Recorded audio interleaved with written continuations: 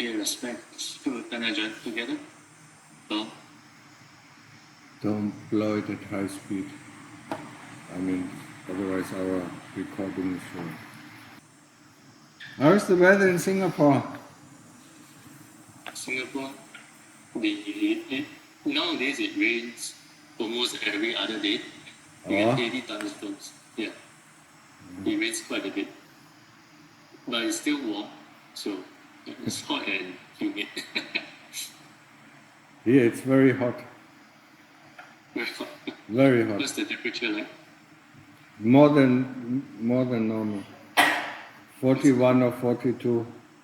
Well, And dry. So how is everybody?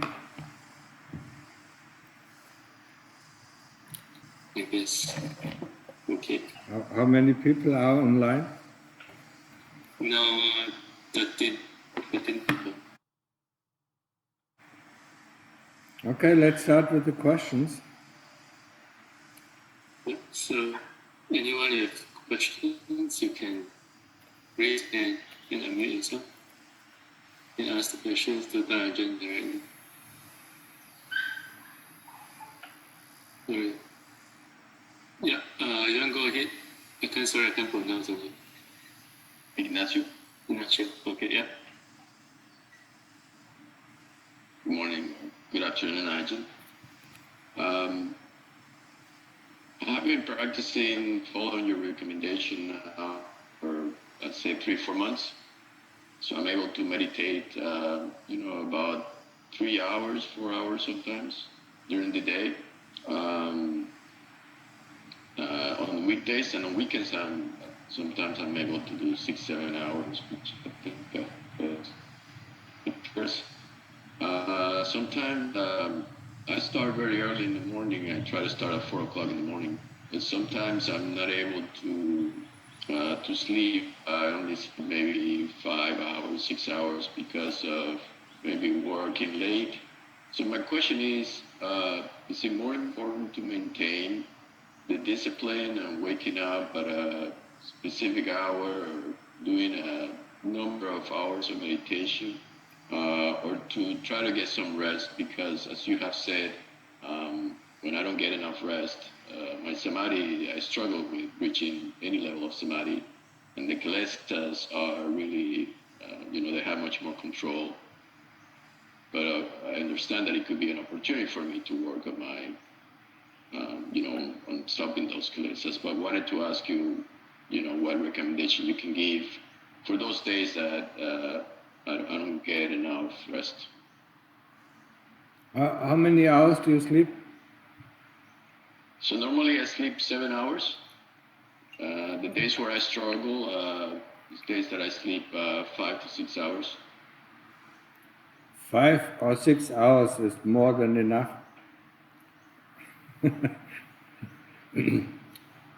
I mean, that depends. What kind of work are you doing? I work similar to what you used to do. I work with computer work and a lot of thinking. A lot of thinking, yeah. Yeah, 6 hours, 6 hours should be really enough. Yeah? And when you do computer work, it is really important, that you shut down your mind engine. Yeah? Don't think about, what is going on tomorrow, because that is bringing us, this restlessness. Yeah? Anyway, if you meditate this much, you should get enough rest, yeah. So you don't need to sleep so much. When I meditated about 3 or 4 hours a day, I needed not more than 6 hours of sleep. So that is perfectly fine. So you might have to overcome, yeah. You might have to overcome the sloth and torpor that comes with sleeping less. Sometimes when we practice and we cut down on hours, so when we cut down from 6 hours to 4 hours, for a week or 2 weeks, we feel tired. But once we overcome this tiredness and fill it up with our meditation, it's fine. It's perfectly fine. But while you're working, 6 hours, 5 to 6 hours, that is perfect. Yeah. Thank you. Where are you from? I am from Dominican Republic, but I live in Texas. Dominican Republic. Oh, live in Texas. Yes. How is the weather at the moment there? Hot? It's mild. It's not hot yet. Oh, mild. Good. Okay. Yeah. So continue. Yeah. And Thank you. if you, the moment you feel really, after 2 or 3 hours of meditation, you really feel calm, do some investigation. Yeah. And especially, what I suggest to everybody who's still working, do the daily reflection. Yeah. I know it's difficult, huh? It's very difficult. The daily reflection, yes. Yes, but it is very helpful, especially when we work and we have contact with lots of people and lots of unsatisfactory communication starts. Yeah, then it is really helpful to do the daily reflection. Okay. Should the daily reflection have a minimum time? Sometimes, No. I do. Just what is important about the daily reflection is you start in the morning with what kind of dreams or what kind of thoughts did you wake up, yeah? What did you do then? Look at the feelings, look at the thoughts, and look at the memory, yeah, and look at your action, yeah, and don't judge it. Yeah? If you don't remember, just skip to the next. Yeah? In the beginning, it might take an hour, to go through the day, yeah. But when you do that daily, after a while, it takes maybe 10 minutes, yeah. Because then you see it rolling down like a film, yeah. And if you don't judge, you just see your effects of your own action, yeah, of your speech and of what you're doing, yeah. And then the heart sees it, and it's not interested if it is unwholesome. So that is really worthwhile. Yeah? It's the first part of investigation. Yeah? If you have some time on the weekend, just reflect about birth, yeah, old age, sickness and death. Yeah? Okay. Thank you, Ajahn. What is the movie next? Yes. Mini was looking, how is your daily reflection? Daily. Daily struggling. Michi Sunanda the same, yeah. Michi Windy, huh? Ah, I forgot. Okay, go ahead. He's the one from Ukraine, no? Yes, exactly, yes. I wanted to ask something following up from our last discussion. You've spoken about monks who would, go into the path of a tiger to kind of, instead of waiting for the kilesas to come to them, they go and hunt for the kilesas and try to bring the fear up. Yeah. And I practiced that to a very large extent because of my experiences. And it became very extreme, but I would contemplate death with every bite of my food. Mm. And it became so strong that I actually developed a fear of eating food because I was contemplating if I'm about to choke. And obviously that caused a lot of troubles, and I kind of feel like the kilesas might have lured me into a trap and kind of turned the Dhamma against me, like, oh, this is good practice, this is really good, but then it's kind of like they taunted me into fighting the heavyweight champion of the kilesas, and I'm not ready to fight him. That's... Sorry. I think this is correct. This You're is not correct. prepared to fight the heavyweight champion. Yes, okay. And that was actually, I investigated what you told me last time, and I found that, yes, I was scared of death, and there were regrets of things done and not done, but it was a very strange, I actually enjoyed the experience a little bit, to be honest, of the explosions and the excitement. There was a part of me that found it not so much I feel alive, but like I got to see the heavyweight champion, and I know who I have to beat to win the game. But my pride wants to go and fight him now. And I need to become humble enough to say, maybe do I need to, if the fear of death comes, should I say, you know what, you can beat me, I'm not ready for you? And should I instead ignore him completely and not get trapped and instead just focus on aversion and greed and, lessen my ambition? Yeah, I mean, less on your ambition. What you're trying to do is the mistake most of the Westerners are doing. They want to have action, yeah? Yeah. And we don't want to have action, yeah? So first we want to develop the basis, yeah? like when you were a little kid, yeah? When there was something, you went out, you had a fight with some older guys, you run back home, and your mother or your father said, oh, okay, it's okay. So you need this basis, yeah? Where you can run home, yeah? And feel okay, you feel safe, yeah?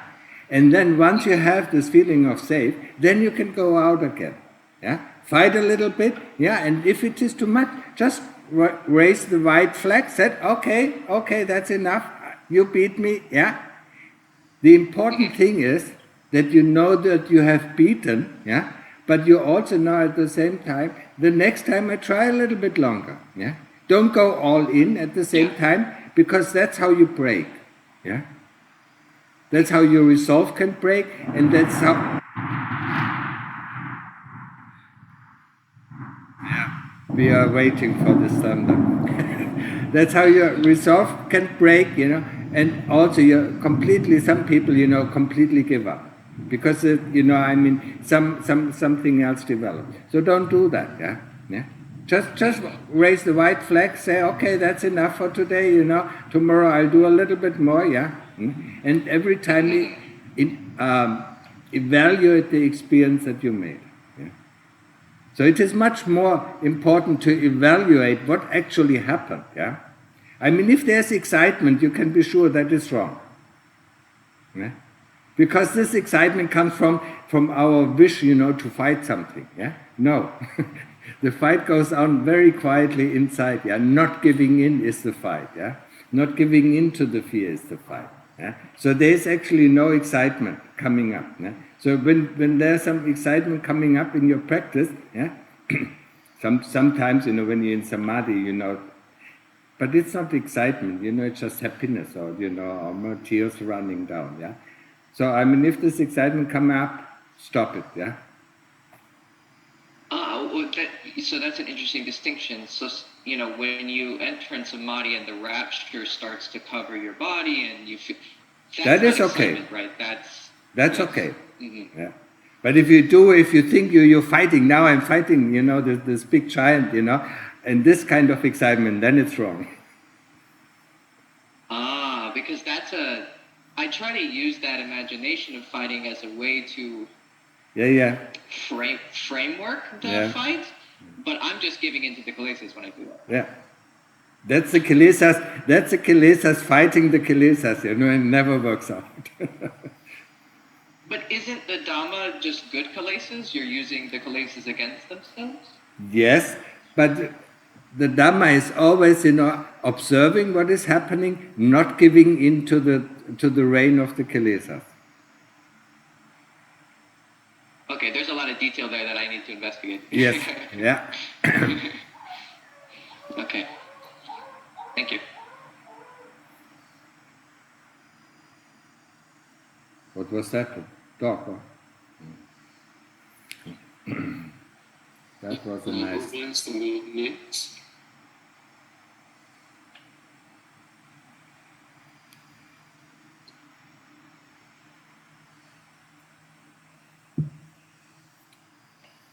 Do you have questions?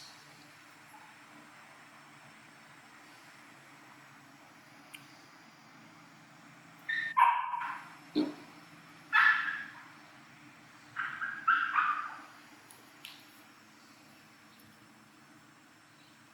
Nothing? What? Yeah. People are exhausted.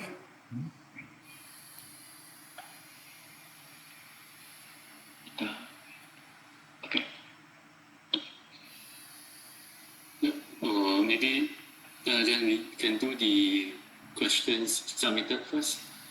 Those Yeah. submitted. Yeah, sure. I will share my screen because the questions are pretty long. Yeah, I read it from the. Try to compress it a little bit. Okay. So first question. Oh. Yeah. That is very nice, but I don't have my glasses. I can help if you do.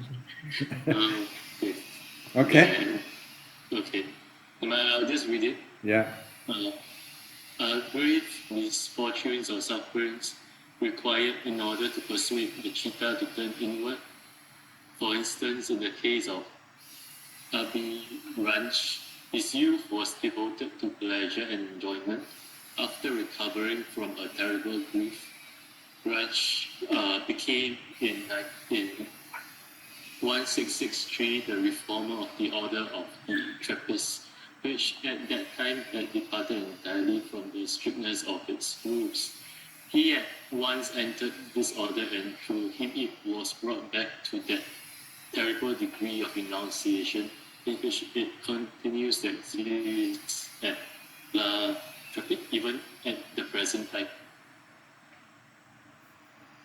What is he refer? What kind of monk is he referring to? Sounds like Huh? sounds like a Christian order. Is he a Christian monk? Or? The example he gave is from Christian monks.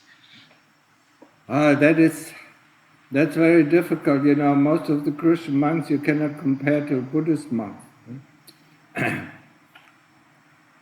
So it is difficult. I mean, he has to ask the question, you know, online. I mean, ask me the question, then I can ask some kind of questions to understand what he's trying to get at. But from this readout, it is very difficult for me to answer. I mean, because, you know, Christian monks are not practicing like us. Some of the Christian monks, I don't say all of them, some of them were really good. Yeah? But some of them, you know, just try to restrain, and don't develop any wisdom in this restrainment. Yeah? And so they break, and then they get loose, you know, and then they lose themselves. Yeah?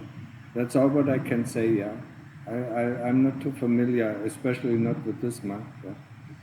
Yeah, and I think the question is, are grave misfortunes or sufferings required in order to persuade the chitta to turn inward? You don't have to persuade the chitta to turn inward. Yeah? I mean, it does it automatically. So sometimes, you know, when we have misfortune, I mean misfortune, you know, or grave misfortune. There are two ways, you know, that the chitta handles. Either it denies it, you know, and goes the worldly way, or it turns inward. Yeah. I mean, but that depends on the characteristic of the person. You cannot say it always happens. Maybe you find some more questions in this piece. I mean, next time, you know, please come, you know, tell him to come online, yeah. So he can ask, you know, what he really wants to know. Yeah? Okay. Next question. Do you think psychedelics such as LSD and psilocybin give people a preview of Nibbana and maybe increase their motivation to practice? It normally decreases their motivation of practice because it's much easier to throw a trip, yeah, than, you know, to sit and meditate. LSD can, yeah, but you can, you know, that depends on your mood, yeah. I'm not familiar with these drugs, you know, I haven't taken these drugs, and I really don't care about these drugs. Do it the way of the Lord Buddha, you know, this is the safe way. Yeah? I mean, some people, yes, want to see, you know, what is Nibbana like, so they take an LSD trip, you know, and instead of going to Nibbana, they go to hell, yeah, visit hell for a while, and, you know, they come out, you know, completely shattered, yeah. So, I mean, it is not, yeah? I wouldn't advise it, yeah. leave the drugs aside, and use samadhi, to get down to the chitta, get the chitta calm, and from this point on, explore what is in the chitta. I know it is more difficult, people like to find the easy way out, but there is no easy way out. And sometimes, Lumpucha, at the time, the Western disciple came to Lumpucha. Most of them were on drugs, I don't know what kind of drugs, And he told them, if you can see, you can see certain things, when you take these drugs, that you normally don't see. But, people who have taken the drugs, it takes 7 times more, or it takes 7 times longer, to go there through your continuous practice, and to reach the same state. And when you reach the same state, you understand what is happening. When you just take drugs, you don't understand what is happening. So, and I saw it with a few people, who were on drugs, it is very difficult for them, to practice Sila, Samadhi and Panya. Okay, now a nice storm is coming up, I hope it doesn't rain. When it rains, we have to postpone the meeting, Yes, that's it. And let's go next question. How to come out of restlessness and fear? By focusing the mind on Buddha or on the breath coming in and breath coming out. And whenever the mind wants to go out, you bring it back. That's how you come out of restlessness. Restlessness can be very difficult, because restlessness is a sign that the mind is all over the place. And the only thing what you can do is, when the mind is all over the place, is just say Butto or Putto or Butto. Just bring it back slowly until the mind slowly calms down and gets concentrated. Or when you do the breath meditation, then just go back to the tip of the nose, and focus there. And then the mind goes out, and then bring it back, and then bring it back, and then bring it back. And over the time it gets calmer, and the restlessness becomes less and less and less. That's the only way.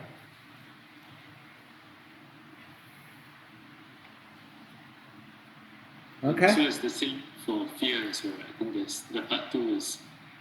Fear is different. Fear is one, it is one thing, but the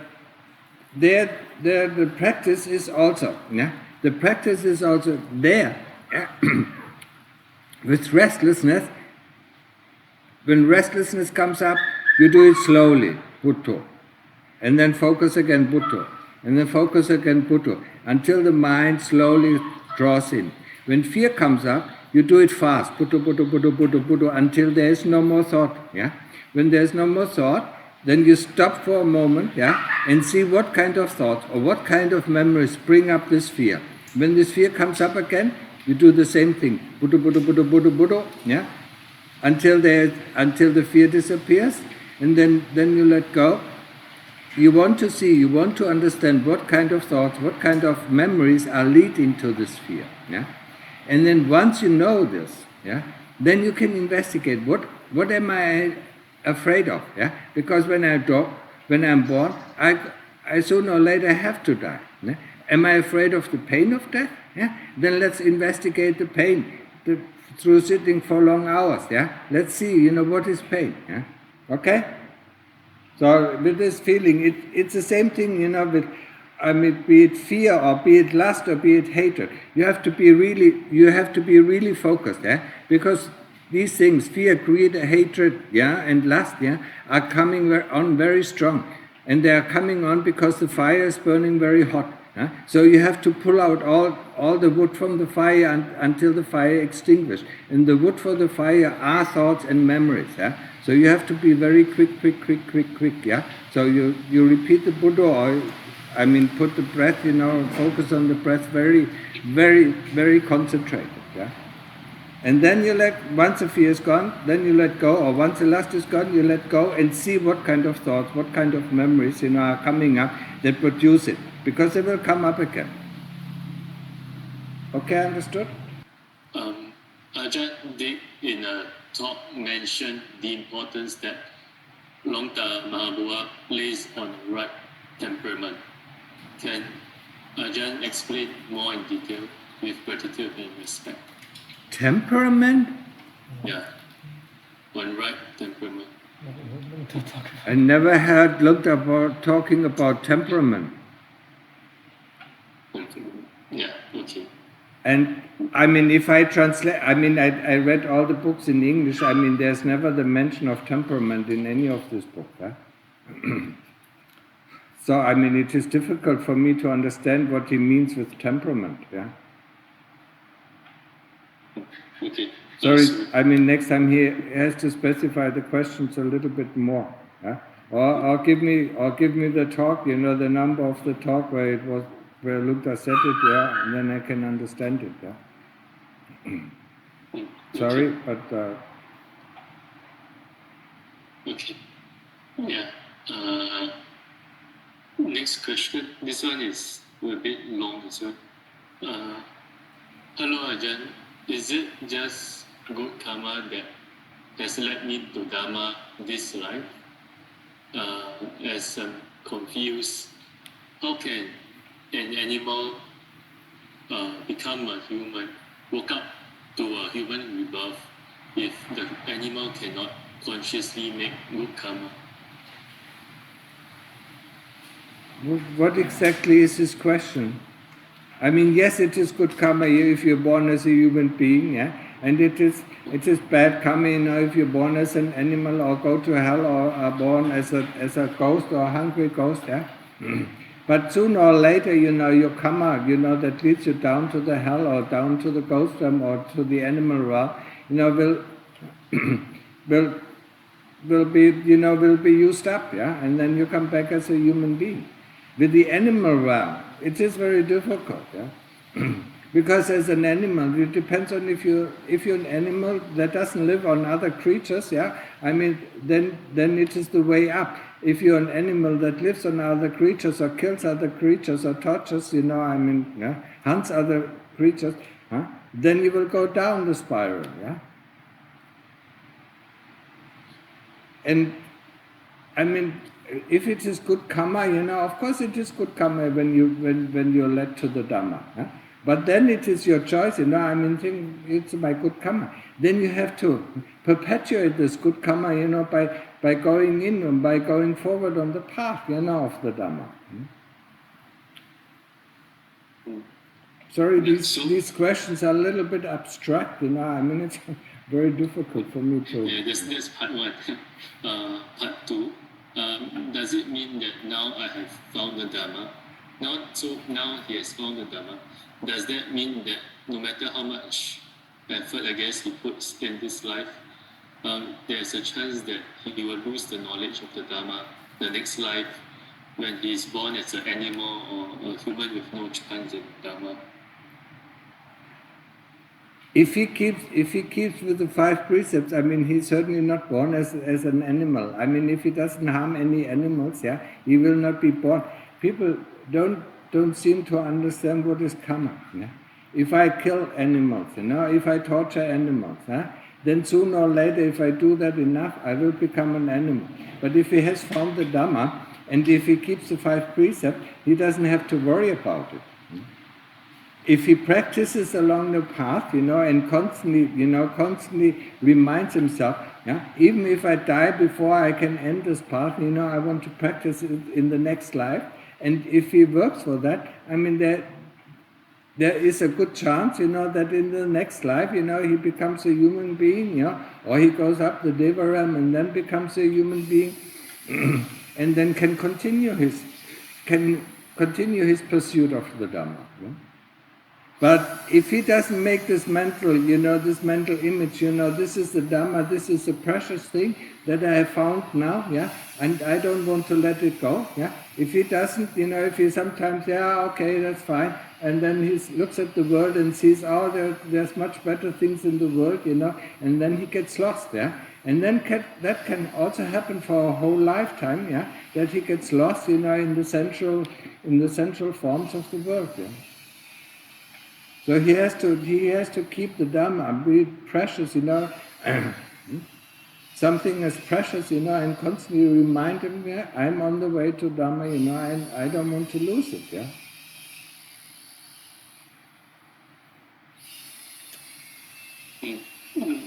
Then, following that, just in summary, does it mean that he has to repay for every bad karma he has done in the past? If that's the case, then how does one ever get to enlightenment? No, he doesn't have to repay for everything, he has done in his previous lives, yeah. But for most of the things, and especially for the things,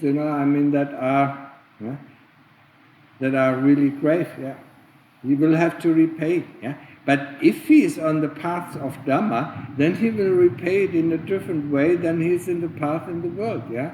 So sometimes, if he's on the path of Dhamma, he doesn't have to go down to hell, but, he can experience really, really big misfortune, when he becomes a human being. It really depends, and I cannot say, because first of all, I don't know this person, and I normally don't know the karma of these persons, so it is difficult for me to say. He should make a wish that next life he meets the Lord Buddha, and then he can ask the Lord Buddha about his karma.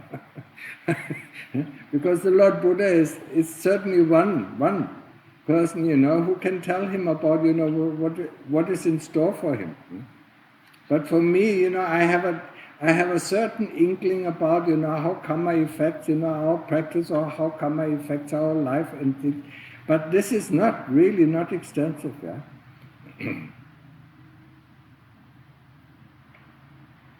Okay, go ahead. Yeah.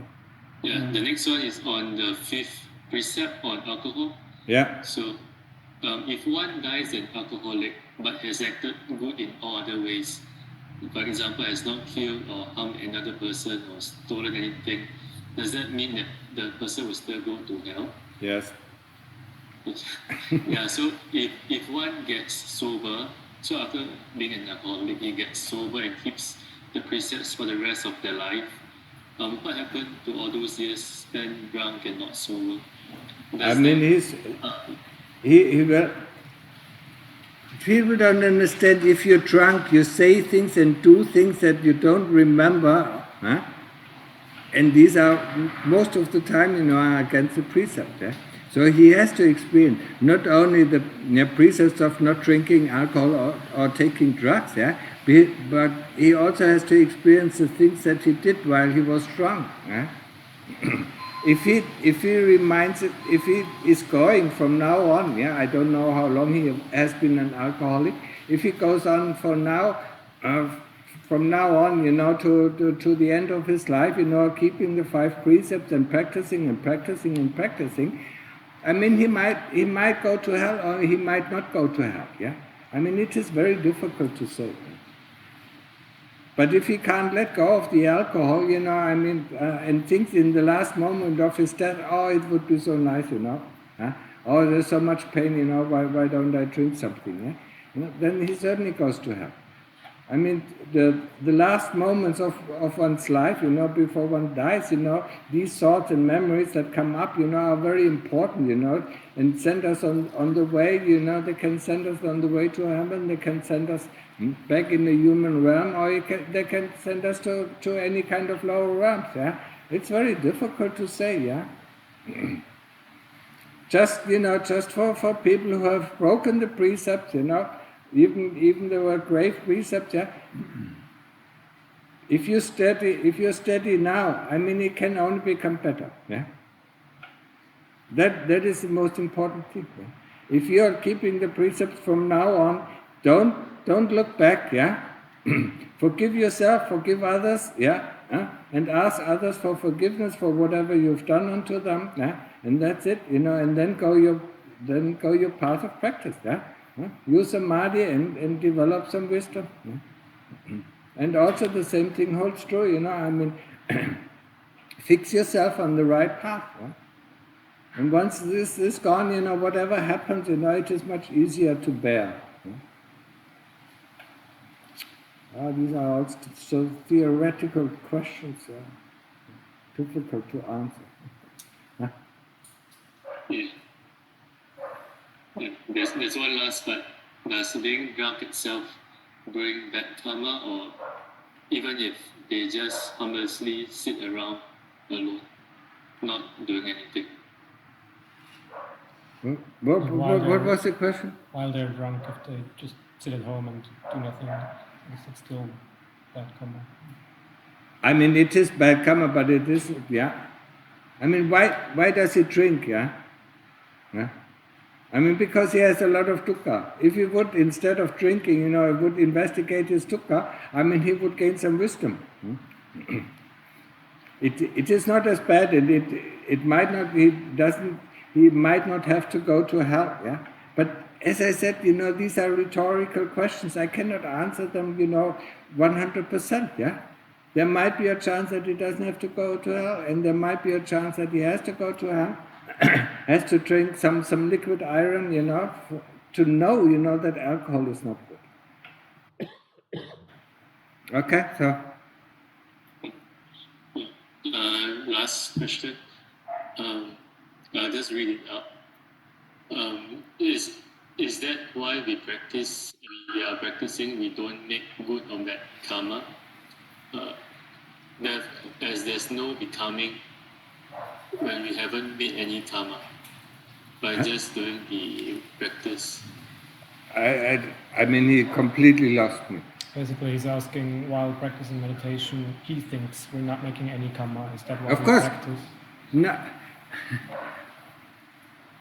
Whatever you do, you make karma. Be it good karma or bad karma. And practicing is making good karma. Yeah? I don't know what I have to say, yeah? We don't make bad karma, if we practice, if we keep our mind steady on the Buddha or do the investigation, then we make good karma, yeah? Actually, practice is the best good karma that you can do. Yeah? There is not, the only person who doesn't do any karma is an arahant, yeah? Everybody else does karma, yeah? Be it good karma or bad karma, yeah? Because we have intentions, yeah? When we have intentions, we do karma, yeah? If we have good intentions, we do good karma. If we have bad intentions, yeah, or unwholesome intentions, then we do bad karma. Isn't that clear or not? I don't know. Okay, go on. Yeah, that's all the questions that were submitted online. Anyone else has questions they want to ask directly? I think there's a question on the chat. Let me read. There's a question on the Zoom chat, so I'll just read it up.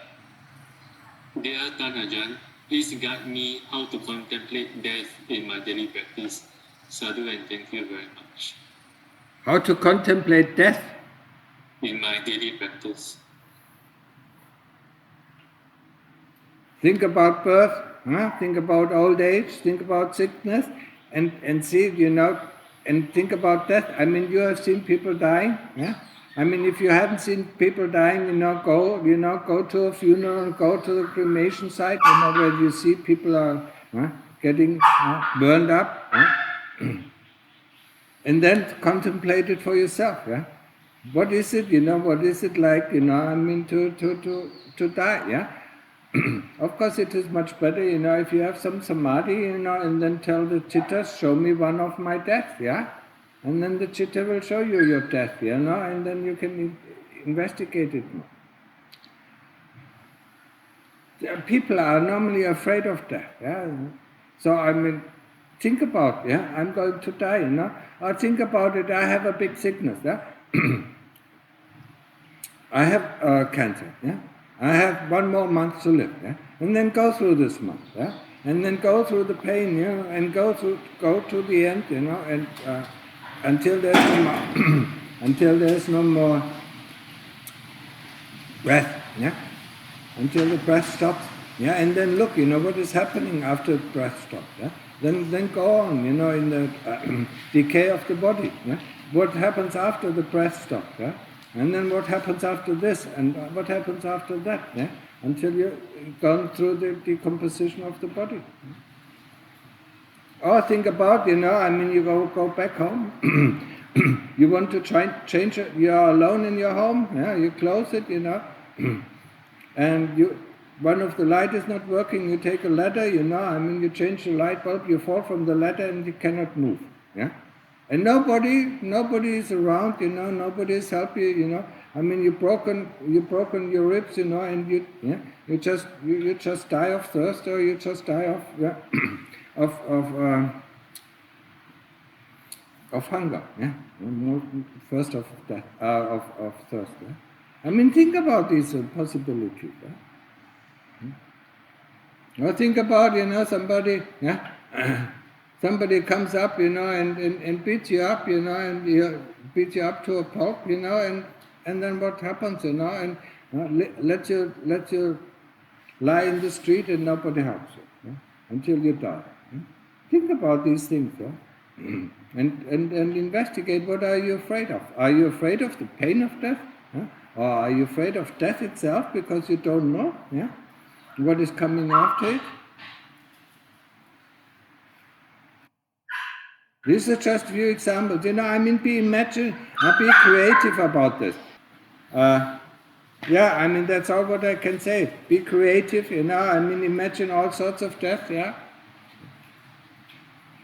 Yeah, Chen, there's a follow-up question in the chat.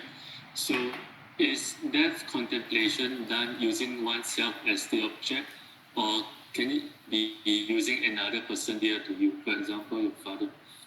Of course, you can use any kind of person. It's the same with a super practice. You can use any kind of person to decomposition him, you know, or to taking him apart, yeah, or opening him up, yeah.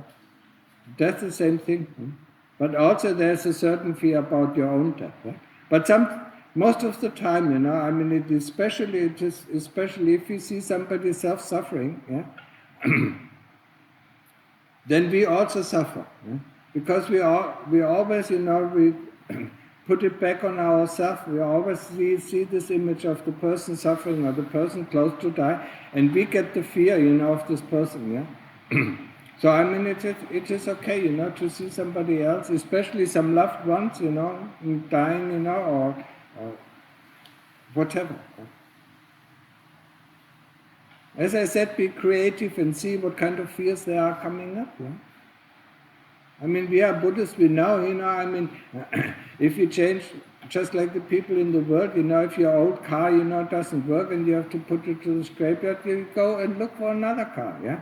I mean, you are not dying, the chitta is not dying, the chitta is the eternal tourist that goes from one place to the other, from one realm of existence to the next realm of existence. And it turns around, yeah. And unless we put a stop to it, yeah, and find a way out, yeah.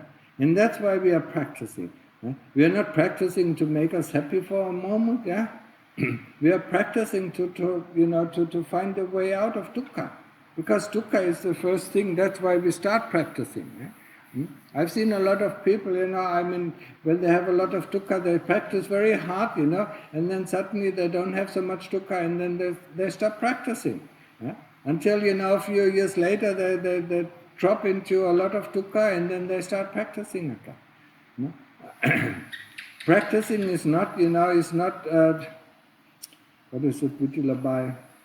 It is not a means, you know, to get rid of the dukkha, yeah?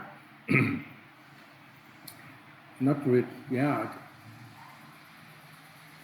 In Thai they have two nice words, you know, I don't know how to express it in English, yeah?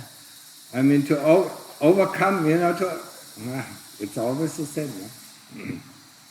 To momentarily overcome dukkha, yeah? I mean, that's what the motivation is to practice, yeah? But once the dukkha is gone, they are not interested in completely get rid of dukkha. Completely getting rid of dukkha is that's why we do the practice of sila, samadhi and panya. Sila is the 5 precepts when we are in the monasteries, the 8 precepts when we are monks, 227 precepts, when we are novices, the 10 precepts. When we are mechis, you know, also the 8 precepts. And samadhi is the ability to concentrate on one point, yeah? Be it the Buddha or be it the breath around the tip of the nose. And in investigation or panya, wisdom, you know, is developed through focusing on a thing and investigating, asking questions about it. Yeah? What is pain, for instance? Yeah? What is pain? Yeah? Or what is fear? Yeah?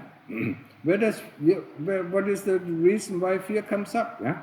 What is the thought or what is the memory that leads to this fear? Yeah? Or what came before this memory? Maybe something else came up. Maybe what came before. Yeah? Until we find the stone that causes the avalanche. Yeah? I know in Singapore you don't have avalanches, but whenever you go to Switzerland, you can see these avalanches, rolling down the hills. Yeah? But there is a cause for this avalanche, and it is always a little stone. Yeah? And we have to find, for any kind of emotion or for any kind, feeling, yeah? We have to find, what is the stone that caused this feeling. Yeah? Or memory coming up, or thought coming up. Yeah? Understood? Oh. Yes. Yeah, there's a question from Elizabeth. You want to unmute yourself? Yes, good day, Ajahn. This is Elizabeth. I have a question about addiction. Addiction, like getting oneself involved with gambling or being an alcoholic. Yeah. Now, I know all these are actually what we call inner mind. We talk so much in our Buddhist practice, we talk so much about watching the mind. Yeah. Watching the mind to perform good. Yeah. To do good deeds.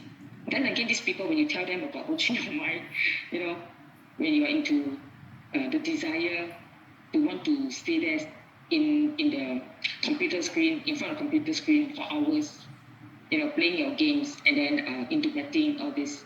To them, that's into their mind. Yeah. So my question is, how do we encourage them to draw themselves away from such activity? All right. Any words or quotes using the Buddhist language?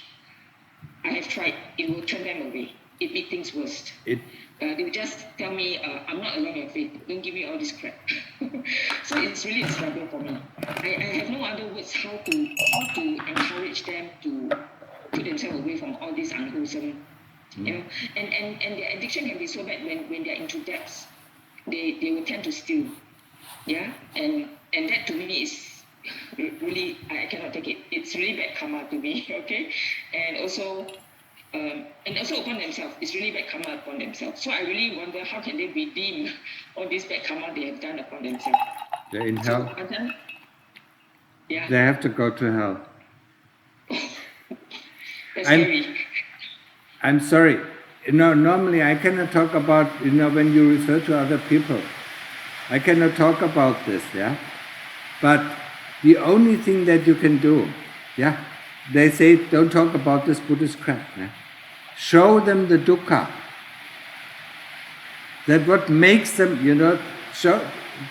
give them a hint, what makes them, gambling or what makes them, it's a dukkha that is in their heart, So if you have a means to show them the dukkha, don't tell them, watch your mind, that is completely useless for these addictive people, Look at yourself, look at yourself, how you are addicted, You're addicted to other things, You're maybe probably addicted to your smartphone,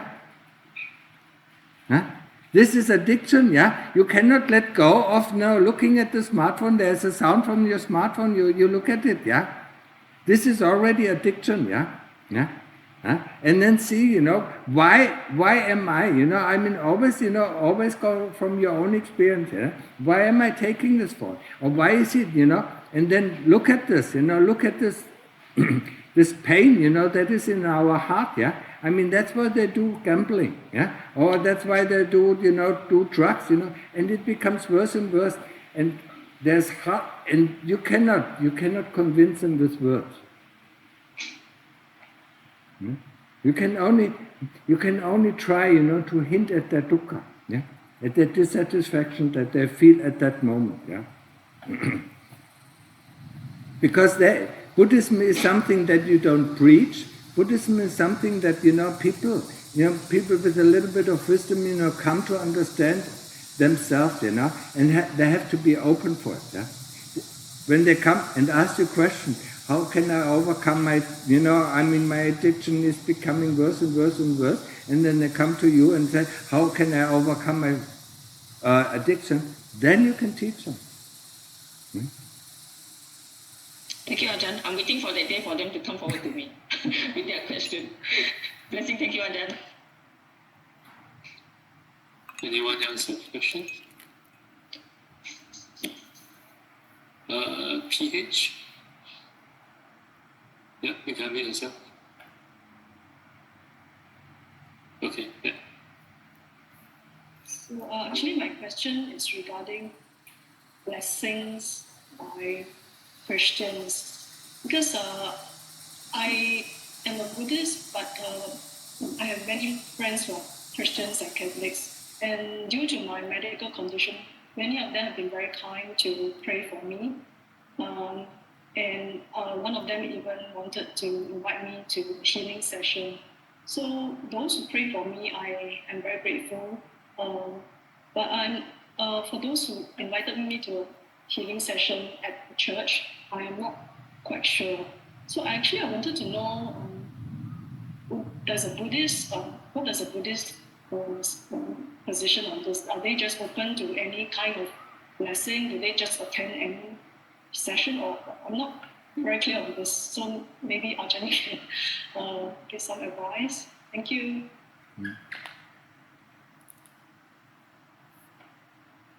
As a Buddhist, we don't have concepts about what is a Buddhist and what is not a Buddhist.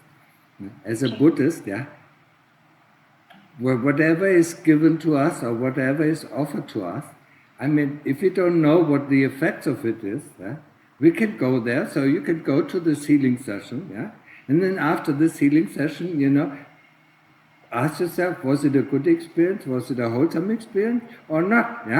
If it was a wholesome experience, okay, go ahead, but you have to do that every time, Sometimes, the first time we don't see the side effect. Just like when you take some medicine, I mean, medicine is good, for a certain purpose, but it also has some side effect. When the side effects become stronger than the wholesome effect, then let it go, It has nothing to do with Buddhists, I mean, if they are Christians or Muslims, if they have a good way of how to deal with this sickness, I mean, it's fine, just go ahead, Just do. Actually, the only open religion, if it is a really Buddhist, he is open to anything,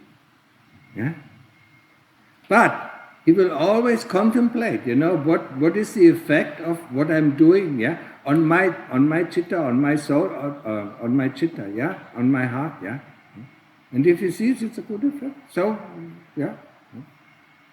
And do that also with food, And we eat food because of our taste, we don't eat food for our body, If we start to eat food for the body, I mean, the body becomes healthy, We might not like the food that we eat, but the body can deal with it, and heal itself, a lot. You understand?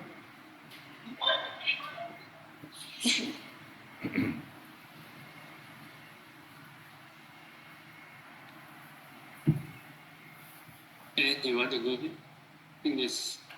Yeah. Okay. Good evening, Ajahn. I'm from Penang, Malaysia. I just wanted to ask for Ajahn some guidance on how to skillfully handle a situation. Me and my friends may go and offer dana at the monastery every week. So we usually carpool together. Carpool, that means 3 or 4 of us in one car. Carpool. But one of our friends, she's always late. It's a habitual tendency. She's always late. And her lateness causes to, we have to drive hurriedly up the winding road, and we arrive at the monastery in the nick of time. Sometimes the sangha, the monk, has to wait a while for us to get ready to food. So we have advised her many times, but she's not happy. Every time I talk to her, she won't be happy. It's like, to her, it's like, you guys should wait for me, nothing wrong with me being late, It's always like 15 minutes late, 20 minutes late. That kind of thing is like, it's kind of irritating, and she's a good friend. Other than being habitually late, she's actually okay as a friend, But she has this particular habit that we can't really, I don't really know how do I skillfully handle this situation. I really don't know. I'm just frustrated sometimes. You make up a time, and within 5 minutes, if she's not come, then you just leave. Actually, one of the days last week we texted her and we said we are leaving. That is the most effective way. Yeah. The next time, she might complain a lot. Let her complain. It's her complaint. Yeah. Don't take it onto your heart. Yeah. And the next time, the next time she does it again, you do the same thing. Yeah. You wait 5 minutes, and then you go. Yeah? You tell her, I don't want to rush, and I don't want to have an accident when I go to the monastery. I want to do some good, yeah. I don't want to have some bad karma, along the way, yeah. And that is the only way she will learn, yeah. As long as you constantly wait for her, she will always be late because she knows you're waiting for her. You understand that? Yeah. But if you stop, waiting for her, yeah, then she might get her act together. Because it is not nice, to let other people wait, yeah? Okay? Okay, thank you. That is skillful, yeah? Anyone with any last questions? I think there are no more questions. Did some of you, listen to my last talk? What was it? I was talking about being a robot, yeah? Being programmed, constantly programming ourselves. When we come in this situation, when we go to work, we become this person. When we go back home to our family, we become this person. When we see our mother, yeah, we react like this. When we see our father, we react like that. Yeah, this is all programming. Yeah, and for us, for us to see this programming, yeah, is the first thing. We have to first see what is going on. Yeah. Why am I behaving? Afterwards, yeah, do the daily reflection, and you see, your behavior changes depending on the person that you meet. Yeah, you're not always, open. Yeah, because when you see your friend, you already have all the image about your friend, how he was. Even if it was 5 years ago, you still see him as 5 years ago. Just like your mother and father sees you as your 15-year-old or 20-year-old, or even 5-year-old child. Yeah, they can't see you as you are. Yeah, and that is our programming. So to remove this program, to see it, and be open. Yeah, and that is very difficult for us. Yeah. Being open, what is going on? Yeah? Instead of, I'm going to see my mother, that's how I'm going to act, that's what I'm going to say. Yeah? When my father asked me, I'm going to say that, or when my wife asked me, when my boss asked me, I'm going to do this, this is all programming. Yeah? This is being a robot, yeah? A smart robot that programs itself. Yeah? And it falls into his program. But that is not the open mind, it's not the open heart, yeah, that looks at a situation. Whenever I come into a new situation, I close my eyes, make Buddha or breath, yeah, and then open the eyes and what is going on? Yeah? Or ask yourself, what can I learn from this situation? Yeah? Then at least, in this moment, yeah, in this very moment, you're not programmed, yeah. But if you have already ideas what to say, what to do, and how to act, it's not, it's not free. Yeah, we are not free. So practice, use the time wisely, to practice as much as you can. Yeah, especially in these times. As I said before, it is important. Yeah. It is important, to put ourselves away and to disentangle as much as we can from the world, yeah, and put more emphasis on our practice, yeah. And the more we have, the more we can go into samadhi, the more we can see what is going on in our life with our daily reflection, yeah. The more we can change, yeah. And you will see this change always leads to some more wholesomeness in our life, to less dukkha, yeah. So this is what I can advise you. Don't fall in your old patterns, yeah?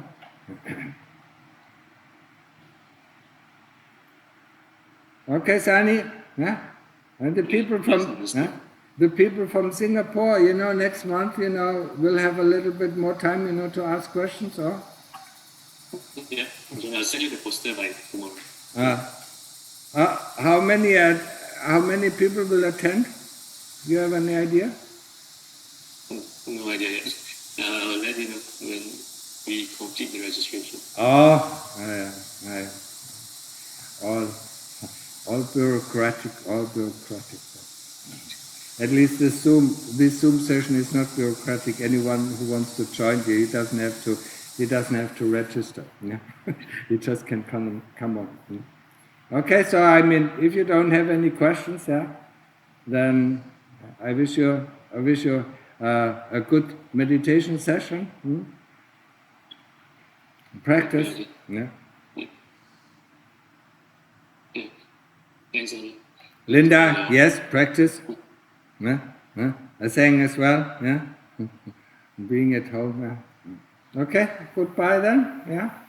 Okay. Let's pay respects to Ajahn together. Bye.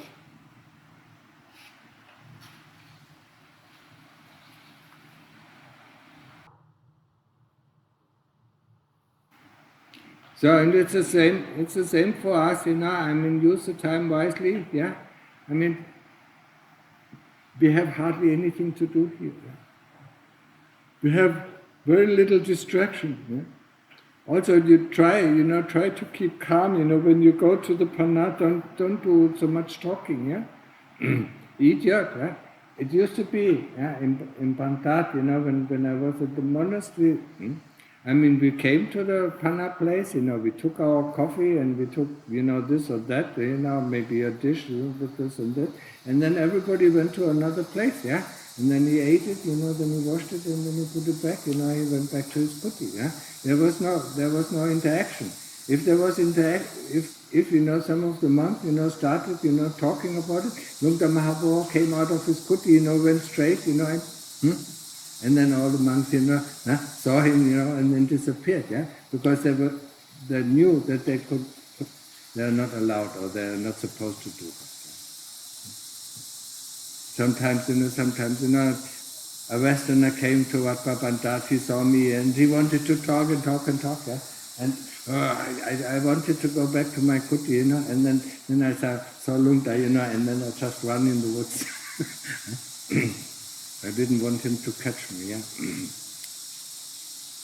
And this he accepted, He accepted if you know that you do something wrong and you react on that, and then you run away, then you know, okay, you got your lesson, yeah. But if you were sitting there, okay, it doesn't matter, I can talk, I mean, then you got a really scolding, or he even kicked you out of the monastery for not listening to what you said. Yeah. keep the communication down, yeah.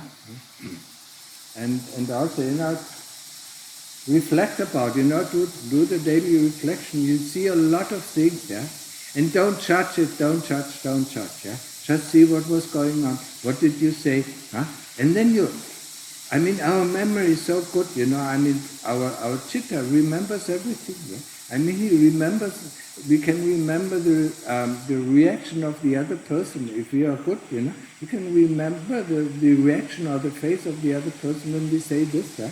So we can see if something is wholesome or not wholesome. Yeah? But it takes training, yeah. So train it every day, and sooner or later you will become very proficient with that. Okay, understood? Now it's hopefully raining heavily. It was so hot. I mean, so few times, I mean, in these 28 years I'm here, I mean, it's the second year that was so hot.